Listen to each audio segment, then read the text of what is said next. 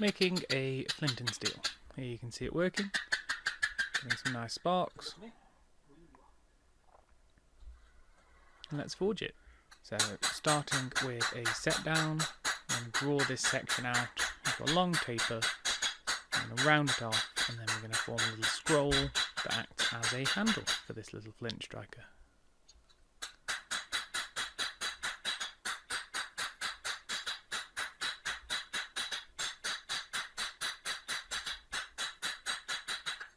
Okay, so you can see drawing it down, next heat, and keep stretching that section out.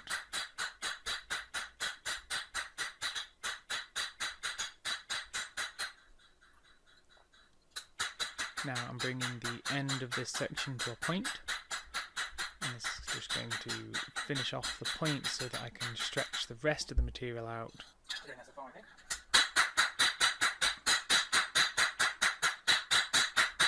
The aim here is to create one long taper, nice and smooth, no large changes in cross section.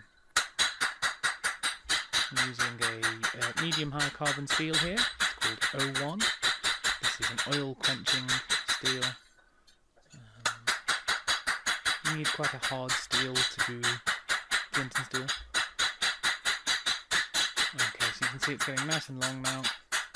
I'm just cleaning up that back line, making sure it's nice and straight. Okay, it's really hard to see the detail here, but what I'm doing is I'm knocking in all of the corners. It was a square cross section, and I'm aiming to make it a round cross section in this area.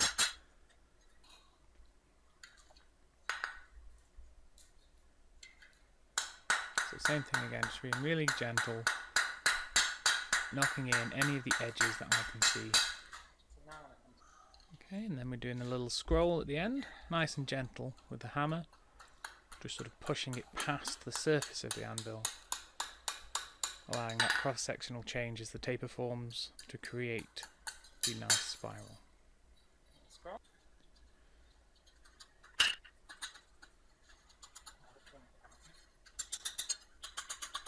Okay, forming it up, making sure it's nice and centred, and that's going to be the handle for the flint and steel. Now cutting it off with a hardy hot cut, going mostly from one side, and then even it up on the others.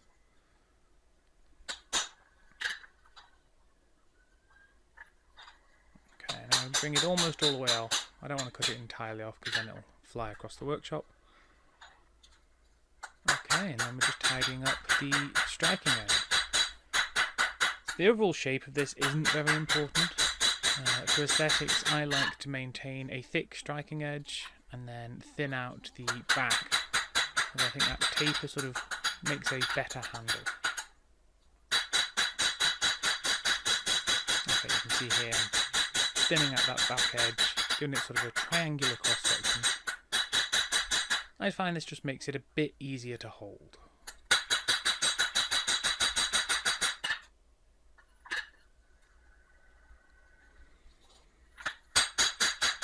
And just finishing up, straightening up that striking edge, and planishing the surface. You can see it's got a nice sort of shiny finish.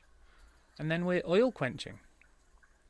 So inserted hot into oil. I wait until the flame died down. And there it is. Dry it off and it works.